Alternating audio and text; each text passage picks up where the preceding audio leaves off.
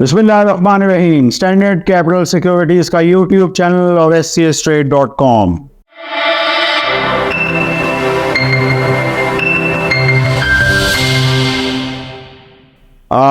हम लोगों ने फार्मा सेक्टर के हवाले से एक रिपोर्ट पब्लिश की।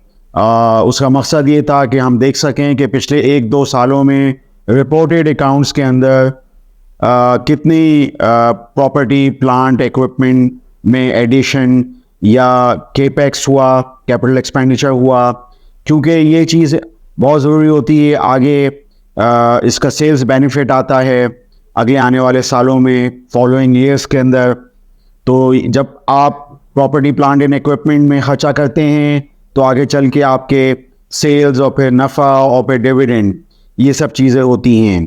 अब आप जानते हैं कि ये मुश्किल माह साल हैं, खुसूसन फार्मा सेक्टर के लिए भी, और डॉलर आप जानते हैं कि बहुत ऊपर चला गया, जिसकी वजह से एवरेज जैसी कंपनी भी लॉस में थी। लेकिन बहरहाल अब सूरत हाल वापस बेहतरी की तरफ है। एलसी रिस्ट्रिक्शंस थोड़ी सी बेहतर हुई हैं, APIs हो सकता है इंपोर्ट हो रहे हों, और ये सोने पे सुहागा कि इस हुकूमत ने कुछ जगहों पे प्राइस इंक्रीज़ की भी इजाज़त दे दी। वैसे तो आप और मैं जब भी दुकानों पे जाते हैं तो एक दवा की कीमत हमेशा बढ़ती भी होती है, लेकिन बहरहाल ये जो कंपनीज़ हैं इनको थोड़ा सा बेनिफिट मिल रहा है।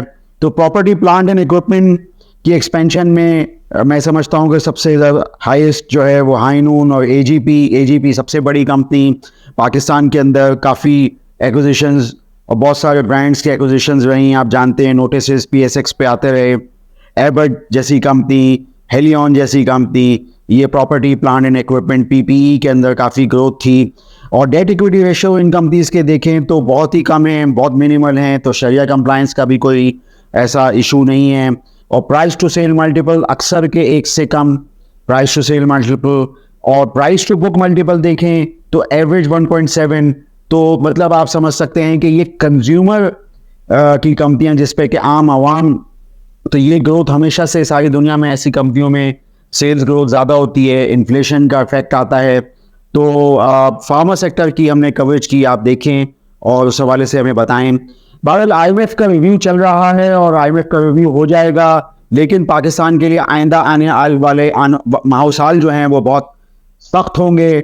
देखें, तेज़ी की बात करना, मैं बहुत ज़माने से तेज़ी की बात करता था, ये लेवल्स बताता था। अब जब ये लेवल्स आ रहे हैं 57,500 और उसके बाद 60,000 भी, यानी इलेक्शन तक कोई बैद नहीं, तो ये उसके बाद फिर आगे माशी जो मुश्किलात पाकिस्तान को देखनी है, उसमें रीपेमेंट्स हैं $25 बिलियन, और जो सख्त टाइम आ रहा है फिर रुपी डॉलर पैरिटी पे क्या होगा।